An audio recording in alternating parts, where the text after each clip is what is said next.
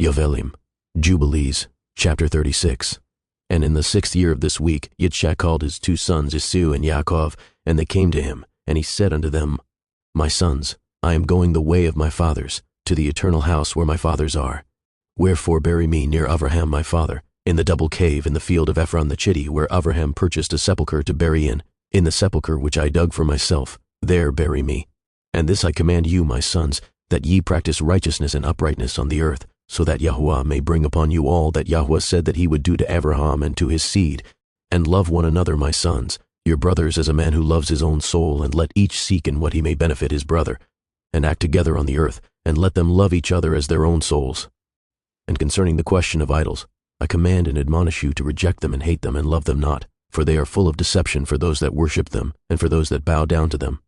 Remember ye, my sons, Yahweh, Elohim of Avraham your father, and how I too worshipped him, and served him in righteousness and in joy, that he might multiply you, and increase your seed as the stars of heaven in multitude, and establish you on the earth as the plant of righteousness, which will not be rooted out unto all the generations forever. And now I shall make you swear a great oath, for there is no oath which is greater than it by the name glorious and honored, and great, and splendid, and wonderful, and mighty, which created the heavens and the earth, and all things together, that ye will fear him and worship him, and that each will love his brother with affection and righteousness, and that neither will desire evil against his brother from henceforth forever all the days of your life, so that ye may prosper in all your deeds and not be destroyed. And if either of you devises evil against his brother, know that from henceforth every one that devises evil against his brother shall fall into his hand, and shall be rooted out of the land of the living, and his seed shall be destroyed from under heaven. But on the day of turbulence and execration and indignation and anger, with flaming devouring fire as he burnt Sedom, so likewise will he burn his land and his city and all that is his, and he shall be blotted out of the sefer of the discipline of the children of men, and not be recorded in the sefer of life, but in that which is appointed to destruction. And he shall depart into eternal execration, so that their condemnation may be always renewed in hate, and in execration, and in wrath, and in torment, and in indignation, and in plagues, and in disease forever. I say and testify to you, my sons, according to the judgment which shall come upon the man who wishes to injure his brother. And he divided all his possessions between the two on that day, and he gave the larger portion to him that was the firstborn, and the tower and all that was about it, and all that Abraham possessed at the well of the oath. And he said, This larger portion I will give to the firstborn. And Esau said, I have sold to Yaakov, and given my birthright to Yaakov, to him let it be given, and I have not a single word to say regarding it, for it is his.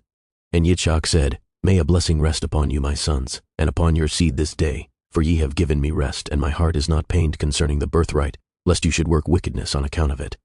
May El Elyon bless the man that works righteousness, him and his seed forever. And he ended commanding them, and blessing them, and they ate and drank together before him, and he rejoiced, because there was one mind between them. And they went forth from him, and rested that day and slept.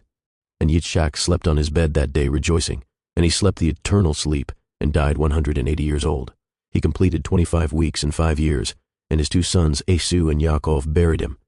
And Esau went to the land of Edom, to the mountains of Seir, and dwelt there. And Yaakov dwelt in the mountains of Chevron, in the tower of the land of the sojourning of his father Avraham, and he worshipped Yahweh with all his heart, and according to the visible commands, according as he had divided the days of his generations. And Leah his woman died in the 4th year of the 2nd week of the 45th Jubilee, and he buried her in the double cave near Rivkah his mother, to the left of the grave of Sarah, his father's mother. And all her sons and his sons came to mourn over Leah his woman with him, and to comfort him regarding her, for he was lamenting her, for he loved her exceedingly after Rachel her sister died. For she was perfect and upright in all her ways, and honored Yaakov, and all the days that she lived with him. He did not hear from her mouth a harsh word, for she was gentle and peaceable and upright and honorable. And he remembered all her deeds which she had done during her life, and he lamented her exceedingly, for he loved her with all his heart and with all his soul.